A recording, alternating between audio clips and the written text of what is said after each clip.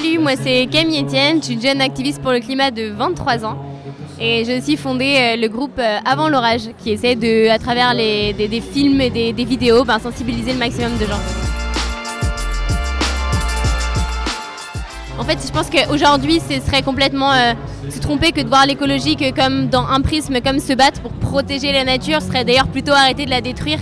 Et on n'a pas d'autre choix. En fait, la lutte pour le dérèglement climatique est une lutte sociale où elle n'est pas. On a en gros les 1% les plus riches de l'humanité qui émettent autant de CO2 que la moitié la plus pauvre. Donc c'est clairement une petite majorité qui s'amuse sur des pistes de ski à Dubaï et la majorité qui trinque.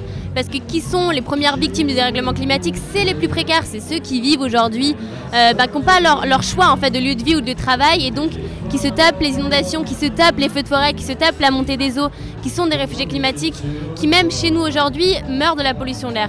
Donc pour moi c'est hyper important de mêler les deux parce que c'est vraiment que des conséquences d'un même système de domination qu'il faut qu'on réussisse à démonter.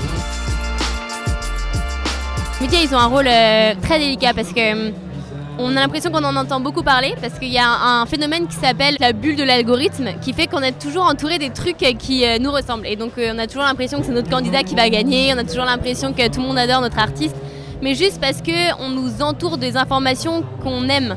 Et ça c'est assez dangereux parce qu'on ne réalise pas du tout qu'il y a aujourd'hui par exemple un quart des jeunes de 18-35 ans qui sont climato-sceptiques. Enfin c'est énorme.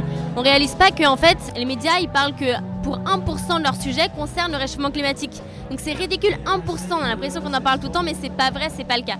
Donc les médias, ils ont ce rôle immense de vulgariser la science et de la rendre accessible aux gens parce que le savoir, c'est le pouvoir, donc je compte sur eux. Pour parler d'écologie avec un boomer, déjà je fais une interview avec plein de musique à côté et ça je trouve que ça marche pas mal pour les boomers. Ce que je dirais c'est de ne pas les regarder avec arrogance parce que j'ai l'impression un peu qu'on a vexé une génération et qu'ils nous en veulent et qu'ils ont envie de pouvoir se justifier, de dire mais regarde ce que moi j'ai fait, je me suis battue pour d'autres droits, le droit des femmes, le droit de vote, je me suis battue pour l'éducation, je me suis battue pour un accès à la santé et qu'en fait parfois leur dire que c'est leur faute, ça les aide pas à réaliser qu'on a besoin d'eux. On n'a pas le temps d'attendre que notre génération soit dans les sphères de pouvoir, on va devoir faire avec ces gens-là. Donc il faut arriver à être assez intelligent pour leur parler, apprendre de leur expérience et leur dire surtout qu'écrire notre histoire ne fera pas disparaître la leur. J'adore voyager en train, vraiment, et voyager en France. Je suis allée en train de Paris jusqu'à Vernon, c'est en RER, c'est genre 40 minutes. Et après, j'ai descendu en kayak gonflable, alors qu'on n'avait jamais fait la Seine jusqu'à Rouen. Et ça, c'était ouf, et ça coûte rien, enfin, ça se loue vraiment pour pas grand-chose les kayaks gonflables. Et c'était incroyable, donc par exemple, une idée super drôle aussi. Chez moi, évidemment, venez à la montagne.